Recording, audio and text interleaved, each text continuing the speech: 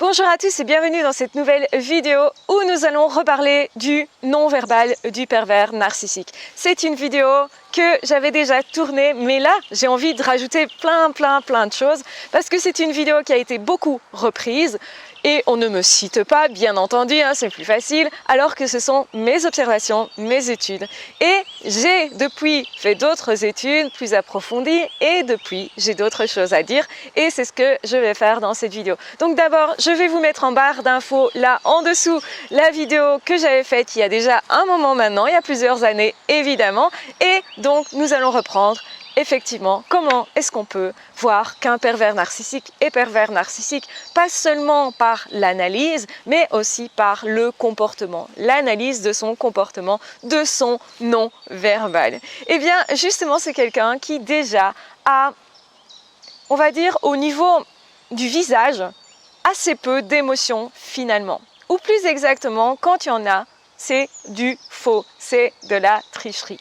Donc quand tu vas regarder par exemple des photos de cette personne-là, cette personne systématiquement a la même expression sur toutes les photos. Et souvent, c'est sans expression.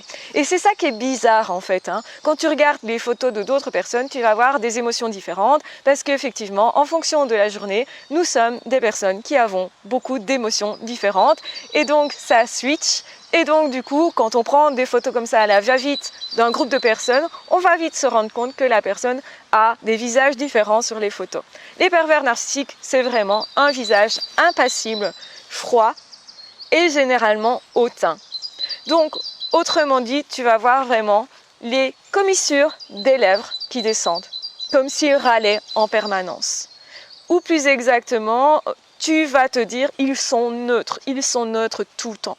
Mais en réalité, quand on est sur des photos de mariage, etc., ou même quand on prend une photo de nous pour une vidéo, par exemple, pour faire une miniature, eh ben, tu vas voir que cette personne, elle a toujours la même expression, au point que tu pourrais découper le visage, il y a juste un petit peu la coiffure qui change, et c'est tout. Et ça, c'est bizarre, en fait. C'est vraiment le premier truc qui est bizarre. Il y a plein de choses qui sont bizarres chez eux, parce qu'ils ne contrôlent pas, en fait, le non-verbal. C'est trop subtil que de savoir contrôler le non-verbal. N'oublie pas que ce sont des fausses personnes qui trichent, qui mentent, etc.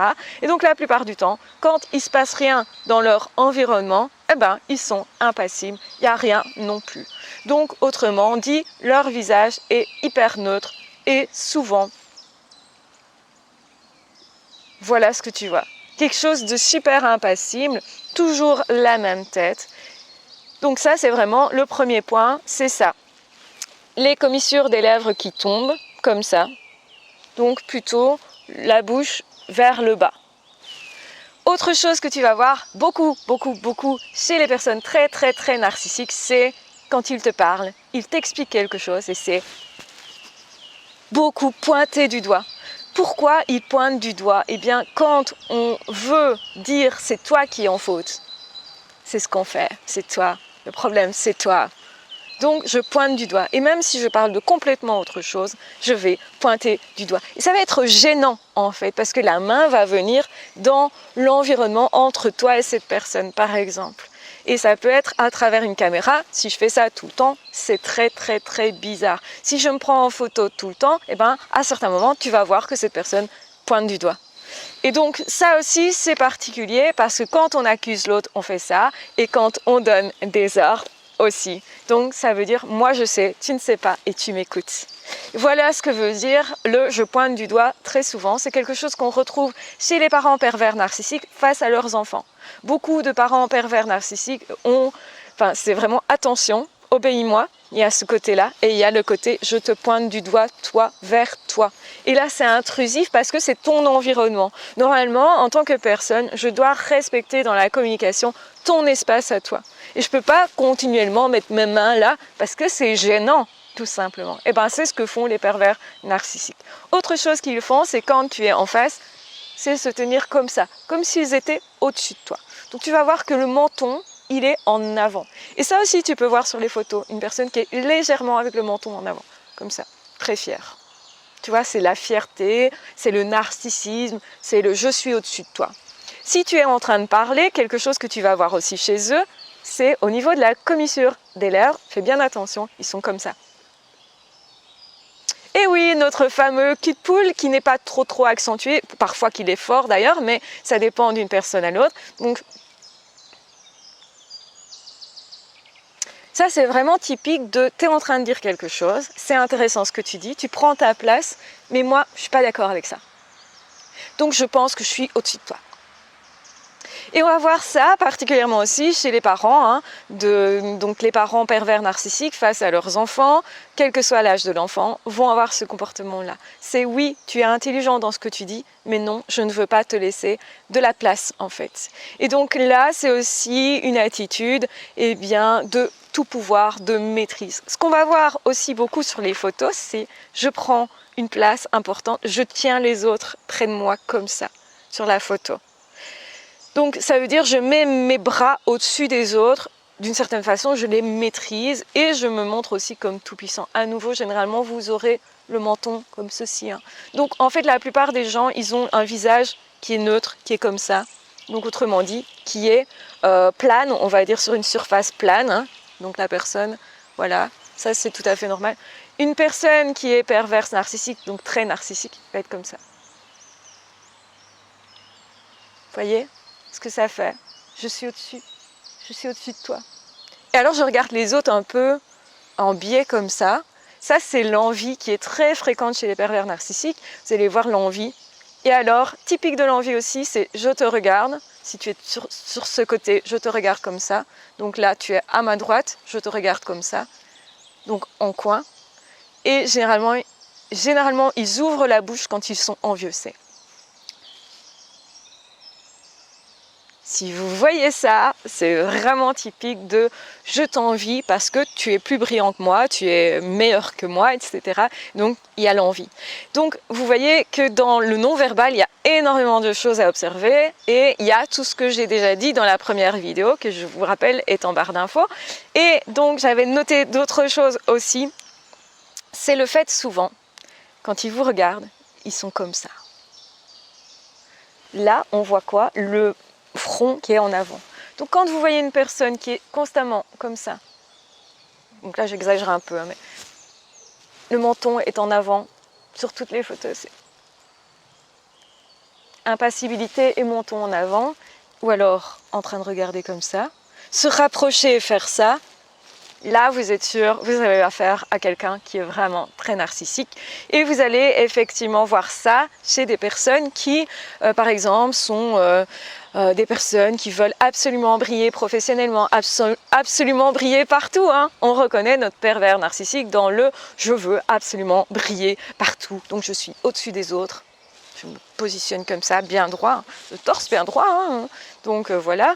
Donc ça donne l'impression que cette personne a extrêmement confiance en elle, que cette personne sait ce qu'elle veut, qu'il y a une impression d'autorité aussi au contact de cette personne-là. Et donc ça peut créer chez vous une drôle d'impression de « il ne faut pas que je bouscule trop cette personne-là ». Et donc ça crée une forme de respect, mais plutôt de respect lié à une peur de « j'ai pas envie de me faire écraser par cette personne-là ». Je sens que cette personne, on pourrait dire qu'elle a de la prestance, mais c'est de la fausse prestance. Une personne qui a vraiment de la prestance, c'est « je suis sûre de moi parce que je sais ce que je fais et parce que je sais accueillir les autres aussi et que je ne me sens pas désarçonnée justement par une personne qui serait douée, une personne qui serait justement peut-être surdouée, hein, mais une personne qui serait efficace dans son travail, etc. Alors que les pervers narcissiques, c'est à ce moment-là qu'ils sont jaloux. Et vous avez une chose absolument à remarquer, c'est le rictus.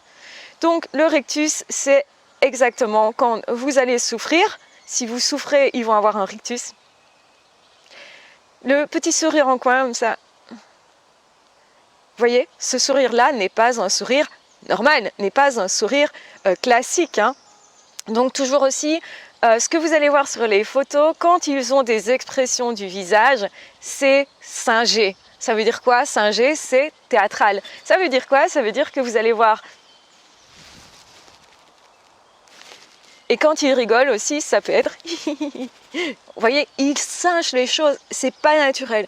Et en réalité, c'est quelque chose qui est très courant chez eux. On va l'avoir avec des émotions mais fausses, et j'avais parlé du fait que justement au niveau du visage, si vous cachez le visage, par exemple si c'est une vidéo, vous coupez le son, vous regardez ce que cette personne dégage et puis vous remettez le son et au courant. Donc quand le son est coupé, vous allez noter, tiens, ça c'est telle émotion, telle émotion. Et vous allez voir qu'en fait c'est incohérent par rapport à ce qui est dit. Et ça c'est typique aussi des pervers narcissiques, ils ne sont pas du tout cohérents. En fait, ils ne peuvent pas maîtriser tout ce qui est au niveau du corps, au niveau justement du non-verbal. C'est tellement subtil que ça on ne peut pas le mimer. Et eux ils essayent de mimer des émotions. Pourquoi? Parce qu'ils ne ressentent pas ces émotions-là. Donc attention à ça, vous allez voir ça vraiment, c'est un indicateur de taille. Vous allez voir ça aussi si vous voulez faire confiance à une personne où vous dites ah tiens tel coach ou tel psy ou tel...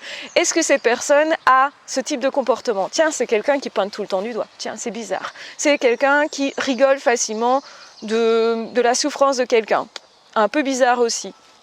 Alors, c'est pas bizarre si c'est lié à un ex et que c'est temporaire, mais généralement, vous allez voir cette personne, elle se met comme ça, il y a vraiment, en fait, tous des indicateurs, et plus vous avez d'indicateurs, plus vous avez de signaux, justement, de tout ce que j'ai parlé, et plus vous savez que cette personne est certainement une personne toxique. Ne faites pas confiance à n'importe qui, c'est très important, et surtout pour se réparer des relations toxiques, c'est important de ne pas faire confiance à n'importe qui. Si vous voyez quelqu'un qui ouvre tout le temps la bouche, qui raconte que, par exemple, cette personne va raconter avec...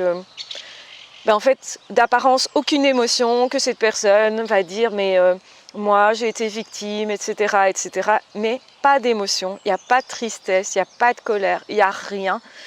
Ou alors il n'y a que de la colère, mais toute la vidéo, c'est bizarre, quoi.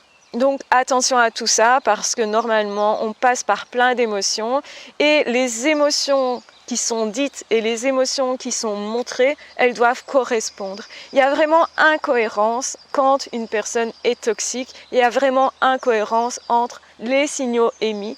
Et vous, en fait, quand vous n'êtes pas face à une vidéo, que vous ne pouvez pas couper le son, etc., mais que vous êtes dans la vie réelle, eh ben, c'est compliqué. Vous percevez des signaux contraires, vous vous sentez bizarre, en fait. Vous vous dites, tiens, c'est bizarre, cette personne-là... je ne comprends pas trop ce qu'elle me raconte, j'ai l'impression que je capte des choses compliquées, différentes, enfin, je me méfie, je ne sais pas pourquoi. Eh bien, peut-être que c'est parce que vous avez perçu ces signaux contraires-là. Donc, attention, donc vraiment, le menton vers l'avant, le front vers l'avant comme ça, le regard hyper insistant, avec le front justement qui est un peu trop vers l'avant. Mais c'est subtil, donc regardez bien, c'est subtil. Le doigt, toujours pointer l'autre du doigt, c'est toi qui es coupable, c'est ça que ça veut dire. Ou c'est je te donne des ordres et tu dois me croire. J'essaye de te prouver que je suis plus grand que toi. L'envie, comme je l'ai montré, donc le regard en biais comme ça.